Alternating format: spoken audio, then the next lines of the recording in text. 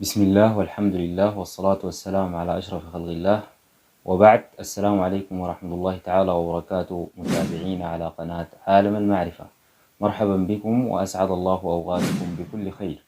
طبعا أغلبكم بيكون شاهد المقطع بتاع الفيديو اللي صوره واحد سعودي في واحد من أخواننا السودانيين، وبسبب هذا الفيديو يعني أخونا السوداني دخل في مشاكل كثيرة جدا جدا مع أسرته، مع زوجته، أولاده.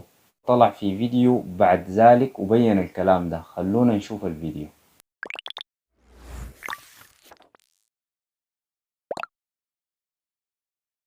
السلام عليكم ورحمة الله تعالى وبركاته. أنا يا أخي أحمد فضل مولا، الراجل الطبق فوق المنظر هذا بتاع المقلب. أقسم بالله ما لي فيه حاجة، واقف في الشارع على عيالي أطلب الرزق، وجاني وقال لي عندي عمل، وجاني وطبق فوق المنظر. والله ما أعرف حاجة، أنا إنسان أمي، وهذا التلفون والله متبر عليه بيه واحد.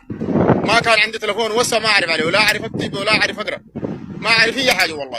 بس أنا إنسان وقاعد وجاي وطلب الرزق لعيالي. والله طبق فوقي منظر، خسر علي الدنيا كلها، وخسر علي بيتي هناك مع عيالي مع اخواني مع هناك. دحين حتى اولادي اقسم بالله خلق لي معاهم مشكله، ما اقدر اكلمهم في التلفون. هذا عمي تعب مع الشعب السوداني والشعب السعودي وباقي الشعوب، وانا ما لي حاجه في الانسان، انسان بسيط رافع امري لله ورافع على المحكمه العليا، واقسم بالله العلي العظيم ما سامح له يوم الدين. شفتوا توضيح أخونا في الفيديو كيف إنه الفيديو سبب له مشاكل وإحراجات مع الأهل والأقارب وكده. ندين ونستنكر بأشد عبارات الاستنكار والإدانة مثل هذه التصرفات، والإنسان يجب عليه مراجعة نفسه قبل نشر أي محتوى، لأنك مسؤول منه أمام الله سبحانه وتعالى في الأخير. ومن يعمل مثقال ذرة خيرا يرى، ومن يعمل مثقال ذرة شرا يرى. وفي كل منطقة معروف أن هنالك الصالح وهنالك الطالح، والحمد لله المعروف عن أهل المملكة أنهم أهل طيبة وأهل كرم وأهل فزعة. فطلع واحد من أخواننا السعوديين رد على صاحب هذا المقلب، فجزاه الله خير، أشفى قليلا من قليلنا.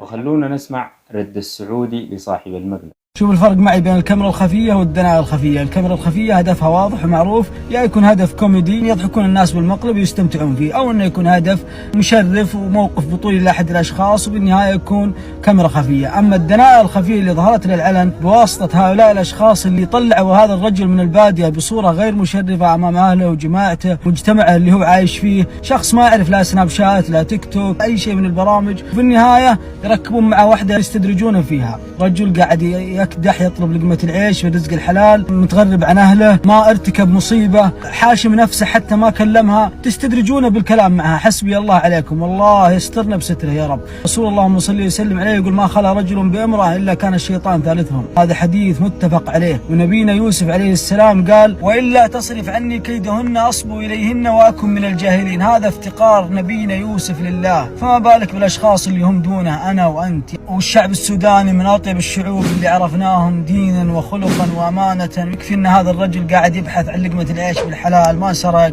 ولا نهب ولا ارتكب جريمة. تستدرجونه في أشياء لو أحدكم وقع فيها والله العظيم يمكن يرتكب أعظم منها. عموما الله ينصرك يا زول، في امان الله. طيب يا اخواننا، شايف في بعض الناس يعني في الميديا اتخذت موقف يعني من صاحب المقطع اخونا السوداني، واخذت موقف انه كيف هو يتصرف كده و الى اخره. فنحن يا اخواننا نرفض الشيء ده يعني. وفي النهاية وخلق الانسان ضعيفا، ويعني لولا اراد الله ان يعصى لما خلق ابليس، وكل ابن ادم خطاء وخير الخطاؤون التوابون. وربنا رحمة واسعة في النهاية وغفور رحيم، والإنسان عليه بتوخي الحذر وأن يكون ورعا في هذه الدنيا. كان في خلوته وراودته نفسه بالمعصية، فعليه بتذكر أن الله سبحانه وتعالى يراه، وعليه بتذكر قول الشاعر يعني: وإذا خلوت بريبة في ظلمة والنفس داعية إلى الطغيان، فاستحي من نظر الإله وقل لها إن الذي خلق الظلام يراني. وإلى هنا نكون قد وصلنا إلى نهاية هذا الفيديو. وأخيرا لا تنسوا دعمنا بالاشتراك في القناة والإعجاب بالفيديو لنستمر في نشر المزيد إن شاء الله.